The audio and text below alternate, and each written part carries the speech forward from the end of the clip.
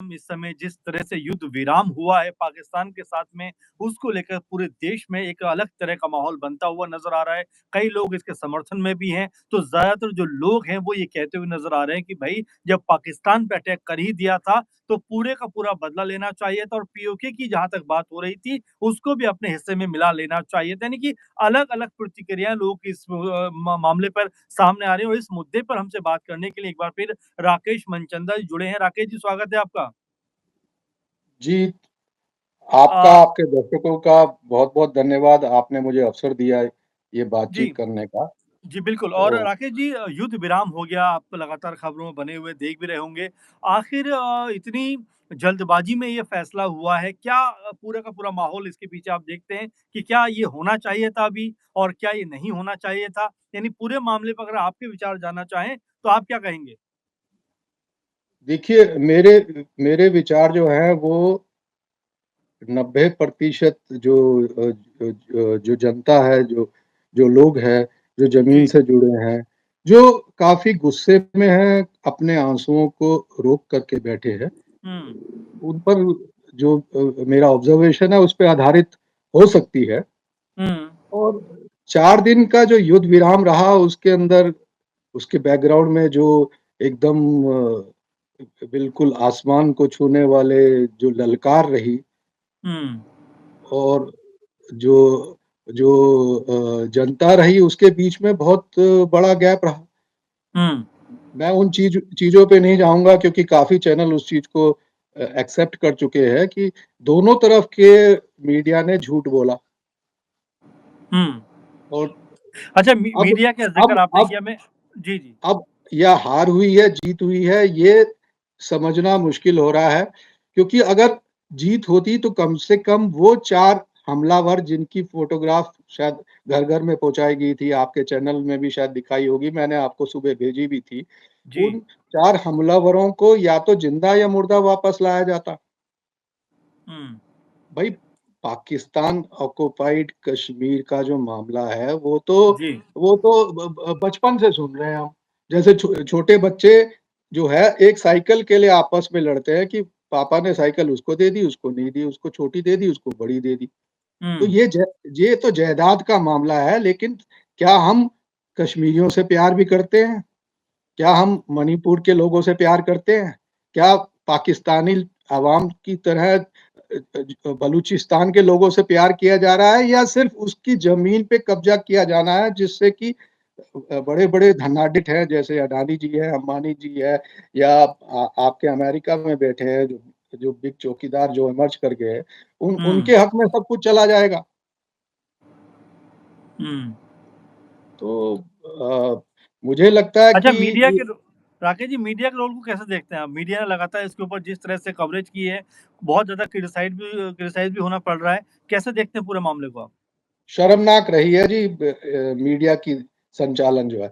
चाहे वो इंडिया का मीडिया हो या पाकिस्तानी मीडिया हो, बाहर का मीडिया तो हाथ जोड़ रहा है, कह रहा है कि जी ऐसा हमने उम्मीद नहीं करी थी कि भारत का मीडिया जो है इस तरीके से झूठ बोलेगा। हुँ, और सबसे ज़्यादा जो वाह-वाह हो रही है वो प्रेस कॉन्फ्रेंस में जो जो जो आर्म्ड फोर्सेस की जॉइंट प्रेस प्रेस कॉन्फ्रेंसेस हुई लगातार, उसकी वाह-वाह पूरी दुनिया में की जा रही है क्योंकि ये मामला जो है 2 देशों का है जो न्यूक्लियर पावर्स हैं। उसमें एक बड़बोले को निकाल दिया गया, उसकी जगह पर डेमोक्रेटिक और सेक्युलर छवि सिंबॉलिक रखी गई। हमारी फ़ौज के हमारे जो आर्म्ड फोर्सेस की प्रेस कॉन्फ्रेंस की बात कर रहा हूँ।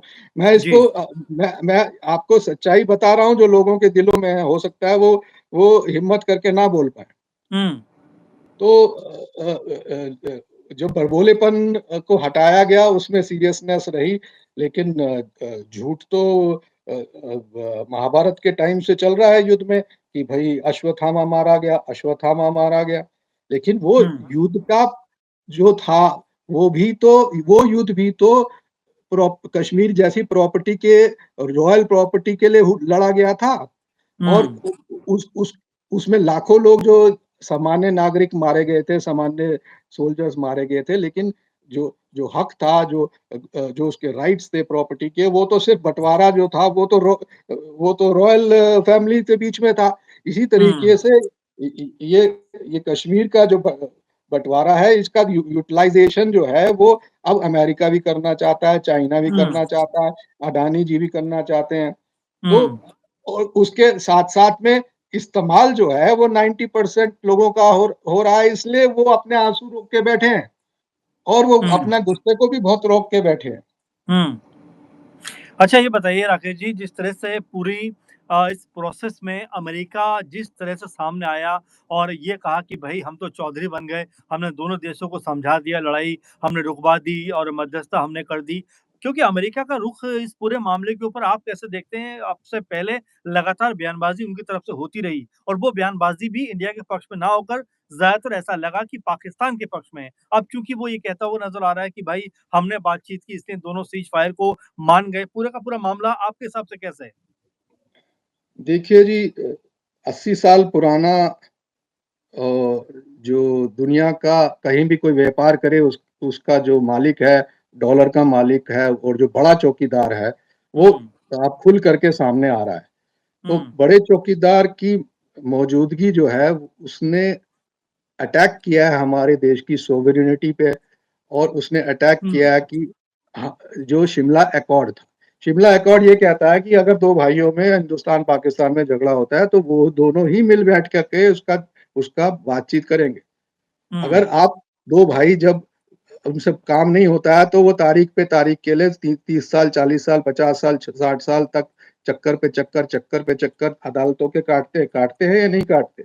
जी, तो ये तो एक बिल्कुल सिंपल मामला है और हुँ। इसमें एडवांटेज जो मिल रहा है वो ताकतवर को मिल रहा है। अच्छा ये भी तो कहा जा रहा है राकेश जी कि अगर ये पूरे का पूरा प्रोसेस अगर युद्ध विराम हमें करना भी था, सीज़ फायर हमें जो है उसके ऊपर एग्री भी होना था, तो क्या ये पीएम मोदी या एक तरीके से देश के हित का मामला नहीं था? देखिए ये मामला तो प्रॉपर्टी के हक का है यानी जो पाकिस्तान ऑक्युपाइड कश्मीर है, उसके लोग भी तो उसमें रहते हैं। उनकी भावनाओं को भी तो देखना पड़ेगा।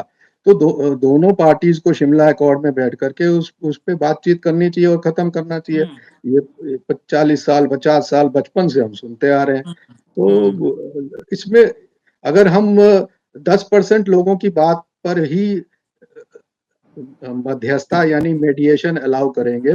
भई अमेरिका जो है वो सीटी बजा के ये कोई फुटबॉल मैच या कोई टी20 मैच नहीं है कि वो रेफरी बन गया ज़बरदस्ती। जी, वो दादागिरी कर रहा है। हम हमारे वाले जो हैं वो इंदिरा गांधी की तरह स्ट्रॉन्ग स्टैंड लें और उसको मना करें कि भई ये हमारा हुँ, अपना पड़ोसियों का मामला है, इसको हम सेटल करेंगे। बिल्कुल, और झूठ बोलने की आदत जो है वो हुँ, सिर्फ़ अमेरिका में भी नहीं है, वो पाकिस्तान के आतंकवादियों में पाकिस्तान के जो सरकार है, जो आतंकवादियों को ये कह के शरण देती है कि भई ये तो फ्रीडम फाइटर्स हैं हुँ, और बड़ी मज़ेदार बात ये है कि अमेरिका भी झूठ बोलता है। हुँ, वो भी आँख बंद करता है धृतराष्ट्र की तरह जी, क्योंकि वो जो बाउंसर और जो पाले थे और जो टेररिस्ट पाले थे वो आपका अफ़गानिस्तान के टाइम से पुराने कोल्ड वॉर सोवियत यूनियन के टाइम से वो उनकी आदतें चली आ रही हैं और उनकी हुँ, सैलरीज़ चली आ रही है। हुँ। अच्छा ये बताइए राकेश जी क्या आपको लगता है कि इस पूरे मामले के ऊपर जो विपक्षी मजबूती के साथ में अपना पक्ष रखना चाहिए था, बीजेपी को घेरना चाहिए था, उसमें कहीं कमज़ोर नज़र आ रहे हैं? क्योंकि कोई बहुत स्ट्रॉन्ग अभी तक स्टेटमेंट निकल के इस पूरे मामले पे विपक्ष की तरफ से सामने नहीं आया है। देखिए, पक्ष और विपक्ष कौन है? हुँ, आप और हम भी तो विपक्ष हैं, हुँ, क्योंकि हम जनता की आवाज़ उठा रहे हैं। जी, मुझे नहीं लगता कि विपक्ष जो है वो कमज़ोर हो चुका है। हुँ, देखिए, इसको मैं और सरल करके समझाने की कोशिश करता हूँ कि देखिए, जब हम चाहते हैं कि लोग हमारी बात सुने, तो हम आरती करते हैं मंदिर में या अज़ान करते हैं मस्जिद में। तो हम लाउड स्पीकर का प्रयोग करते हैं। लाउड स्पीकर मतलब ज्ञान और विज्ञान और टेक्नोलॉजी। जी, हम सपने में नहीं आते। अगर विपक्षी दल हमारे सपने में नहीं आ रहे हैं, उनको सपने में लाने के लिए आप जैसे जुझारू जो मीडिया के वॉरियर्स हैं, उनको आगे आना पड़ेगा, चैनल्स को आगे आना पड़ेगा, दरबारी मीडिया को ये समझना पड़ेगा कि वो देश को कमज़ोर कर रहे हैं। हुँ। तो टेक्नोलॉजी का इस्तेमाल करेंगे और मुझे लगता है कि विपक्ष तो काफ़ी हो हल्ला कर रहा है, काफ़ी कुछ कह रहा है, लेकिन उनकी चल नहीं पा रही क्योंकि आपने टेक्नोलॉजी जो है अपने काबू में कर ली। और हुँ। बात-बात में जैसे महाभारत में होता था कि अश्वत्थामा मर गया, वो हाथी था, उस हुँ। तरीके का अफ़वाहें फैलाई जाती हैं, झूठ बोला जाता है। हुँ। तो मेरा आपके दर्शकों से इस चैनल का इस्तेमाल करते हुए ये निवेदन ज़रूर रहेगा कि वो सच्चाई को पहचाने, टेक्नोलॉजी को पहचाने, मशीन और हुँ। टेक्नोलॉजी हमारे फ़ेवर में है। वो हम लोगों को जो हम टैक्स पेयर हैं, हम मालिक हैं, चाहे वो चाहे वो अमेरिका के 90% लोग हों, चाहे वो पाकिस्तान के हों, चाहे इंडिया के हों, नेपाल के हों, श्रीलंका के हों। कमज़ोर तो वो पड़ रहे हैं ना, उनको सच्चाई हुँ। बताई नहीं जा रही है। हुँ।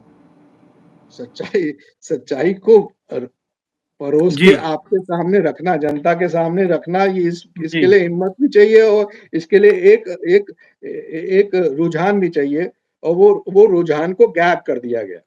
हुँ। अगर एक आदमी डरता है तो जो ईमानदार आदमी है, आपके आपके जैसे काफ़ी चैनल्स हैं जो ईमानदार हैं, वो डर करके दुबक करके बैठ जाएँगे। हुँ। अच्छा, ये भी कहा जा रहा है कि जो विपक्षी दल हैं बहुत चाहे राहुल गांधी की बात करें, अखिलेश यादव की बात करें, एक तरीके से बीजेपी के ऊपर तगड़े तौर पर हमला क्यों नहीं कर रहे? ये भी कहा जा रहा है कि इस्तीफे की माँग क्यों नहीं कर रहे, चाहे वो रक्षा मंत्री हो, चाहे वो पीएम मोदी हो, कि भई आपकी नाकामी जिस तरह दिखाई पड़ रही है, उसके लिए ज़िम्मेदार आप हैं। आप तो ये कह रहे थे कि भई पाकिस्तान को नस्त-ए-नाबूद कर देंगे, हम बहुत कड़ा उत्तर लेंगे। लेकिन जैसे शुरू में आपने भी कहा कि वो कहाँ है आतंकवादी, जिनके ऊपर पूरी लड़ाई की गई थी, क्या उनके ऊपर कोई हमला हुआ, क्या उनको पकड़ा गया? यानी कि बहुत सारे सवाल हैं जो अभी भी अगर-मगर में रुके हुए हैं। देखिए हमें स्टेट्समैन की और हमें बातों को पब्लिक तक पहुँचाने के लिए सच्चाई की ज़रूरत के साथ-साथ अच्छे हुँ। ओरेटर्स की भी ज़रूरत है। हमारे देश में जो दुनिया के बेस्ट ओरेटर हैं, वो मोदी जी हैं। अगर एज़ ए चीफ मिनिस्टर उनकी रिकॉर्डिंग्स रवीश कुमार दिखाता है, एज़ ए चीफ मिनिस्टर तो वो हमारे देश के पीएम के विरोध में जाती हैं। हुँ। क्योंकि उस समय तो सच्चाई उनके साथ थी, अब सच्चाई कुछ और है। तो हुँ। आप ये जो बातचीत कर रहे हैं जिसमें अखिलेश हैं राहुल गांधी हैं, राहुल गांधी हैं और बाकी तमाम तमाम वामपंथी पार्टियाँ हैं। लोग हैं, वो अपने-अपने स्तर पे काफ़ी हिम्मत से आगे बढ़ रही हैं। लेकिन अभी तौर तरीके बदल गए हैं, लोगों के हुँ। पास में 8 घंटे में अपने परिवार को चलाना है, लोग बिज़ी हैं, जनता बिज़ी है और वो उस तरीके से सड़कों पे नहीं उतर सकती। क्योंकि हुँ। आंदोलन के तरीके बदल गए हैं, अब टेक्नोलॉजी बदल गई है, युद्ध की टेक्नोलॉजी बदल गई है। हुँ। युद्ध की टेक्नोलॉजी में अब ये साफ हो गया है कि there should not be any boot entrance in the territory of the enemy unless and until the the infantry doesn't go and capture it. हुँ। यानी जब तक कि आर्मी बाद में ये ना तय करे कि हमें उस पे काबू करना है, उसको पाकिस्तान ऑक्युपाइड कश्मीर है या बलूचिस्तान है, जो उनको खुद को करना है या उसके टुकड़े करने हैं, नहीं करने हैं। फिर हुँ। बाकी पुराने जो जर्नल्स हैं इंडिया के वो भी प्रश्न उठा रहे हैं कि भई आप ये जो कर रहे हैं 4 दिन में आपने विथड्रॉ कर लिया पूरे दुनिया में हँसी उड़ रही है, इमेज खत्म हो चुकी है। हुँ। तो अच्छा ये जो राकेश जी लास्ट जी, जी, मेरा आखिरी सवाल रहेगा इस पूरे मामले को लेकर, बातचीत को लेकर कि अब इससे जो पॉलिटिकल जो माहौल है देश का क्या बदलता हुआ नज़र आएगा? क्योंकि यहाँ पर अब तक बीजेपी हावी रही थी, तमाम तरह की बातें कही जा रही थी, मैं कई लोगों से बात भी कर रहा था, जो बड़े बीजेपी के भक्त बनते थे, वो भी सवाल उठा रहे हैं कि मोदी जी को ऐसा नहीं करना चाहिए था या केंद्र सरकार को इस तरह का कदम नहीं उठाना चाहिए, जहाँ पर ऐसा लग रहा है कि ये सब ट्रम्प के दबाव में किया गया है। तो क्या पॉलिटिकल जो गतिविधियाँ हैं, उसमें कोई बदलाव आता हुआ आपको नज़र आ रहा है? देखिए बहुत ही गहरा क्वेश्चन पूछा है आपने और मैं जी। चाहूँगा इसमें 1-2 मिनट थोड़े दिए जाएँ जब जिससे कि हम गहराई तक इसकी पड़ताल कर पाएँ। जी। मुझे ये लगता है कि जो युद्ध विराम की वजह जो है वो जब तक तमाम दुनिया के 90% देशों को नहीं बतलाई जाएगी, हुँ, तो क्योंकि जनता ही मालिक है, उसको जी। मालूम होना चाहिए वो पग-पग पर टैक्स पे करती है। हुँ, अब आप और हम भी जो ये प्रोग्राम में शिरकत कर रहे हैं, हम अनुमान लगा रहे हैं। जी, अगर बेशक। अमेरिका से पूछा जाए कि भई आपने ये रातों-रात कैसे डिसीज़न ले लिया? आप हमारे पंचायत के चौधरी कैसे हो गए? तो वो कोई हुँ, जवाब नहीं मिलता क्योंकि उसको उससे प्रश्न पूछने का बड़े चौकीदार से छोटी चौकीदार की तरह प्रश्न पूछने की हिम्मत किसी में नहीं है। हुँ, लेकिन जो बैक चैनल्स डिप्लोमेसी है, वो 2 वजह बता रही है अमेरिका की। वो 2 वजह एक है जो जी। आईएमएफ का $1 बिलियन का लोन है। हुँ, आईएमएफ जो है वो सोवियत संघ के टाइम से सिर्फ़ पॉलिसी बनाती थी, पॉलिसी देखती थी। वो ये देखती थी कि एक पड़ोसी देश अगर सोवियत संघ के साथ है या किसी और के साथ है, तो उसमें हुँ, अपने लोगों को बसाने के लिए वो टेररिस्टों को भी ट्रेन करती थी और ऊपर से चोगा ओढ़ती थी डेमोक्रेसी का। और उसमें वो खूब खुल करके उसको फंडिंग भी करती थी। और हुँ, नाम नाम होता है कि हमें पॉवर्टी को एलिमिनेट करना है, हमें लोगों को रोज़गार देना है, हमें गरीबी हटानी है। तो ये हुँ, आईएमएफ के 1 बिलियन लोन के पीछे ये शर्त लोगों के डाइजेशन के लिए प पूरी दुनिया के डाइजेशन के लिए ये देखी गई कि जो जैश-ए-मोहम्मद है हुँ, और जो ये लश्कर-ए-तैयबा है, तो वो जी। उसको उसपे तो काबू कर लिया, वो तो खत्म हो गए। वो खत्म नहीं हुए थे, उन्होंने अपना नाम चेंज करके अमेरिका और जो पाकिस्तान की सेना है और जो टेररिस्ट ग्रुप है और उनके जो हुक्मरान हैं, उन्होंने ये तय किया कि इनका नाम चेंज कर दिया जाए और इनको हुँ, रीग्रुप किया जाए। हुँ, तो जी। तो तो झूठ तो अमेरिका भी बोलता है और दूसरा एक और जो वो बात उठा रहा है बैक चैनल से जो ऑफिशियल नहीं है, जो हुँ, डिप्लोमैट्स लोअर लेवल के डिप्लोमैट्स इंडिया से और पूरे दुनिया के डिफरेंट डिफरेंट जो डिप्लोमैट्स हैं, मिनिस्ट्रीज हैं, उनसे बात करते हुए ये बात फॉरेन चैनल्स में आ रही है, वो है control on the nuclear button. हुँ, भारत देश को आज भी चाहे वो बड़बोला रहा हो, चाहे वो हिंदू राष्ट्र की तरफ दिखाई दे रहा हो पिछले 11 साल से, उ उ उसको हटा करके रखा गया आगे फ़ौज को जो सेक्युलर थी, वुमेन एम्पावरमेंट दिखा रही थी, जो ये दिखा रही थी कि ये सिंदूर ऑपरेशन जो है, इसमें हम जो है अपनी वुमेन्स को भी प्रमोट करते हैं और जो है हम टोटली सेक्युलर हैं और हम टोटली ट्रांसपेरेंट हैं, एट लीस्ट सिम्बॉलिकली, झूठ तो ये भी सिम बोलते हैं। तो control on the nuclear buttons की जो बात आ रही है, उसमें control of the nuclear buttons में ये कहा जा रहा है कि जो हुँ, जो टेररिस्ट ग्रुप हैं और जो सेना के लोग हैं, जो अय्याश हो चुके हैं अब पाकिस्तान के और जिनके बड़े-बड़े $10 बिलियन के जर्मनी में, लंदन में हुँ, ज़मीनें और घर खड़े हो गए हैं और जो एक आटे की चक्की भी चला किसी ने खोलनी होती है पाकिस्तान में, तो वो आर्मी के साथ पार्टनरशिप करके ही खोलता है। वो अमेरिका के पास में जाते हैं और हर महीने जाते हैं कि हर तीसरे महीने $1 बिलियन हमें दे दो। हुँ, अगर आप नहीं देंगे तो इसमें 3-4 टुकड़े हो गए तो फिर हमारी ज़िम्मेदारी नहीं है क्योंकि ये जो न्यूक्लियर बटन अगर जो है जो जो टेररिस्ट के नाम पे आ जाए, जिनको वो स्वतंत्रता सेनानी बोलते हैं, जिनको वो हुँ, कहते हैं कि जी ये तो आज़ादी के सिपाही हैं। तो जिहाद ये जो करना और सब चीज़ें। हाँ, तो ये हम फिर पहले क्वेश्चन में आए जिसमें आपने कहा था कि भाई जनता इस पे क्या सोचती है? भाई जनता तो अपने आँसू रोक के बैठी है नंबर 1, जनता अपना गुस्सा रोक के बैठी है।